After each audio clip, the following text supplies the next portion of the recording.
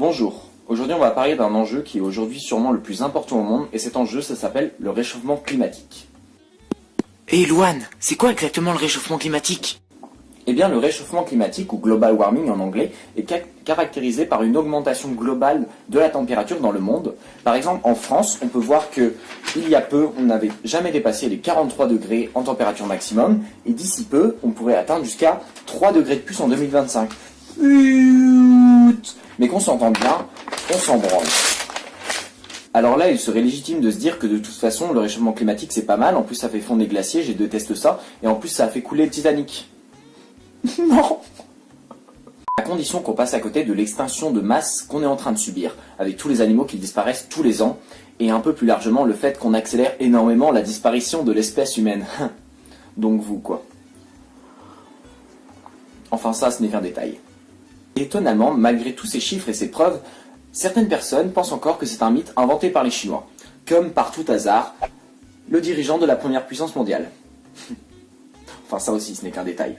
Et puis je le comprends, au fond on n'est pas deux bébés phoques près quand il s'agit de faire ronronner le moteur de son énorme voiture. Ha!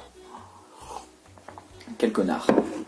Alors là, la question que vous devez vous poser derrière votre écran c'est « Mais Louane, sommes-nous vraiment sûrs que le réchauffement climatique n'est pas dû au fait que tu es extrêmement chaud ?»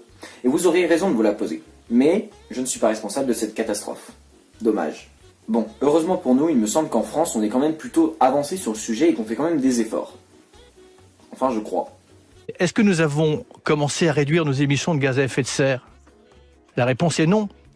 Est-ce que nous avons commencé à réduire l'utilisation des pesticides? La réponse est non. Est-ce que nous avons commencé à enrayer l'érosion de la biodiversité? La réponse est non. Est-ce que nous avons commencé à se mettre en situation d'arrêter l'artificialisation des sols? La réponse est non. Yes, nickel. Bon, vous l'aurez compris, mais en France aussi, en termes d'écologie, nous sommes des énormes merdes.